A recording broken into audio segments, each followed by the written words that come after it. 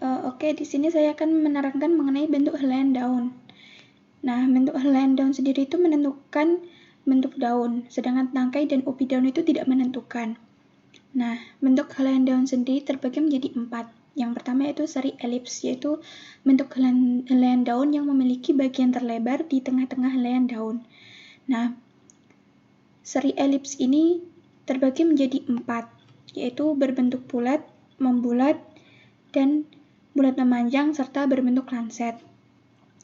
Yang kedua yaitu seri bulat telur, yaitu bentuk helaian daun yang memiliki bagian terlebar di bawah tengah-tengah helaian daun. Penentuannya bukan berdasarkan ukuran, akan tetapi berdasarkan pengibaratan dengan bentuk benda. Nah, seri ini terbagi menjadi 2 tipe. Yang pertama yaitu pangkal helaian daun tidak bertoreh yang memiliki 4 variasi. Yang pertama yaitu bentuk bulat telur, bentuk segitiga, bentuk deta, dan bentuk belah ketupat. Yang kedua yaitu tipe pangkal helaian daun bertoreh yang memiliki bentuk variasi berupa bentuk jantung, bentuk ginjal, bentuk anak panah, bentuk tombak, dan bentuk bertelinga. Yang ketiga yaitu seri bulat telur terbalik, yaitu bentuk daun dalam seri bulat telur terbalik ditentukan berdasarkan pengibaratan bentuk 2 dimensi suatu benda dan bagian terlebar di bagian atas helaian daun.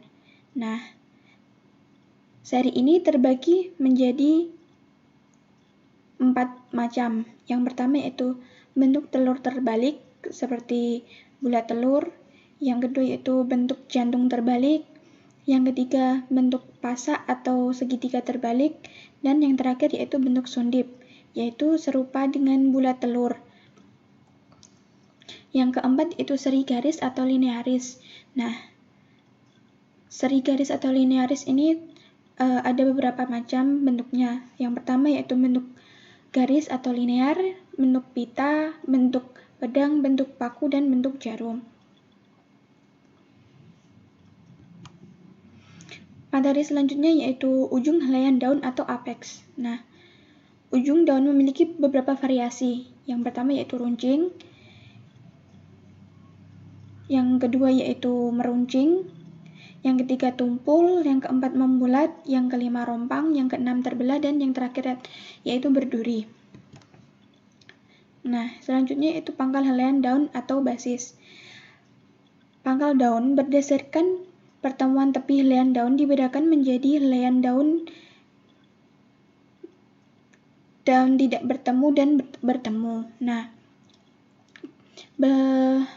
pangkal daun yang helaiannya tidak bertemu memiliki variasi bentuk sebagai berikut. Yang pertama yaitu runcing, yang kedua meruncing, yang ketiga itu tidak simetri, yang keempat tumpul, yang kelima rata, yang keenam jantung, yang ketujuh bertelinga, dan yang terakhir yaitu anak panah. Sedangkan pangkal helaian daun yang bertemu mempunyai beberapa variasi bentuk sebagai berikut, yaitu daun bertembus batang atau perfoliatus, daun bentuk tameng atau peltatus, dan berlekatan tertembus batang atau konet.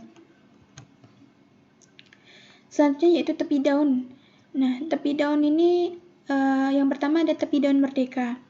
Tepi daun merdeka sendiri terbagi menjadi 4. Yang pertama yaitu bergerigi. Nah, bergerigi dikatakan bergerigi apabila sinus bersudut runcing dan angulus bersudut runcing. Misalnya, pada tepi daun kembang sepatu. Yang kedua yaitu beringgit. Dikatakan beringgit apabila sinus bersudut runcing dan angulus bersudut tumpul. Misal, tepi daun murbei. Yang ketiga yaitu bergigi, yaitu apabila sinus bersudut tumpul dan angulus bersudut runcing. Berombak dan apabila sinus bersudut tumpul. Misal, tepi daun pada terong sayur. Yang terakhir yaitu rata, yaitu apabila tidak dijumpai sinus dan angulus. Misal, tepi daun dewasa nangka. Untuk contoh-contohnya bisa dilihat gambar di PPT-nya.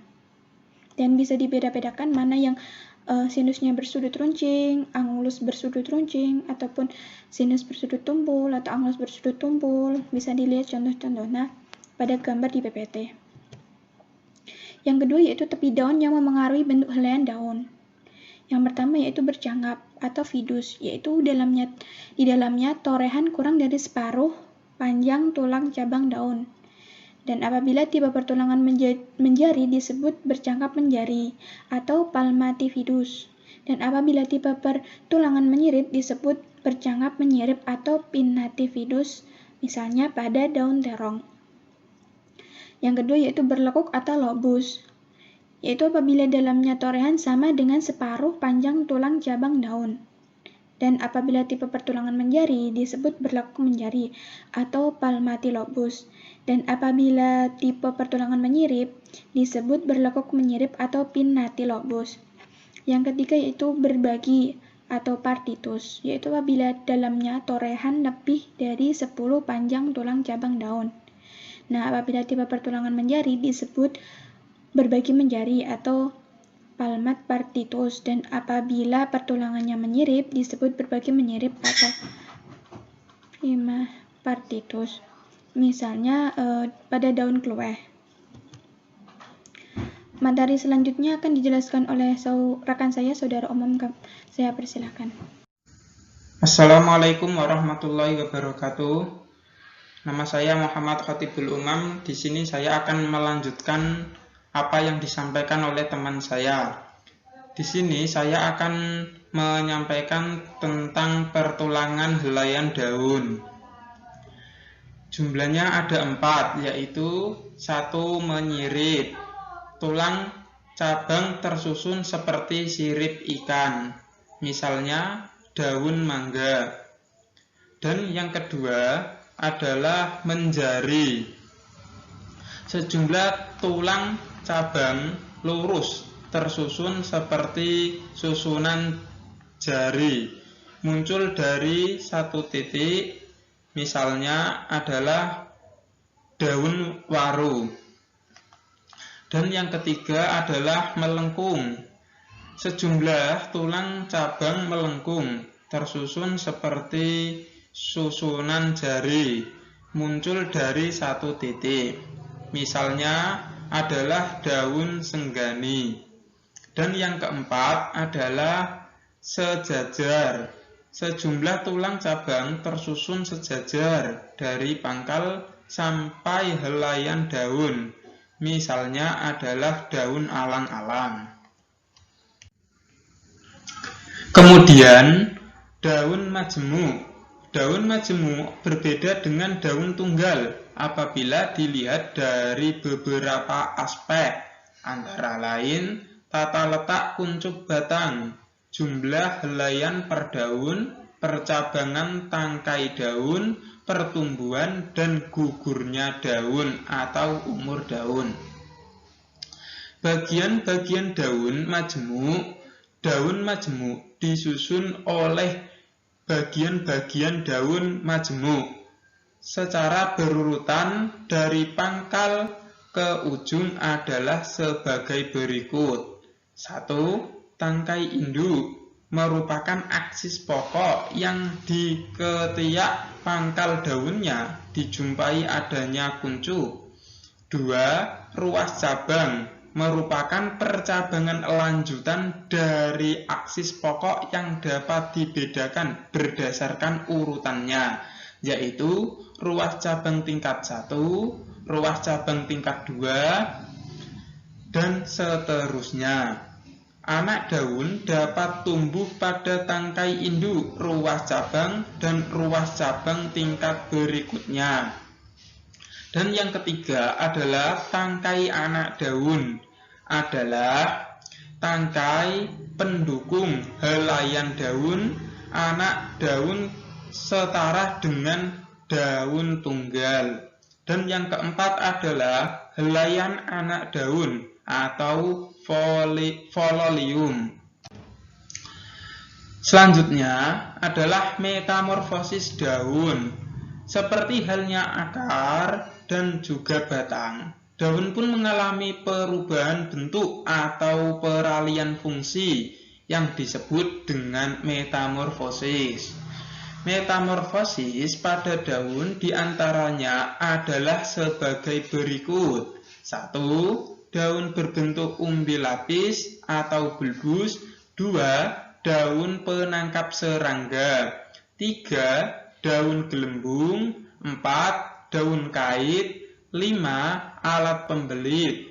6. Daun sukulen. 7. Braktea. 8. Duri daun. Dan 9. Duri daun penumpu. Selanjutnya adalah alat-alat tumbuhan. Terdapat bentuk alat tumbuhan pada permukaan organ tumbuhan lain sebagai berikut. A. Papila. Peninggian dinding sel epidermis secara organolotik seperti terasa velodrum. B. Rambut atau dapat berwujud rambut atau sisik yang tumbuh di permukaan kulit luar. C. Bulu atau rambut halus. Bulu atau rambut tumbuh dari sel epidermis dapat bercabang seperti bintang. Dan D. Rambut kelenjar. Bentuk mirip dengan rambut tetapi ujungnya membelah menjadi beberapa bagian dan menjadi kelenjar. Selanjutnya, sekian dan terima kasih. Wassalamualaikum warahmatullahi wabarakatuh.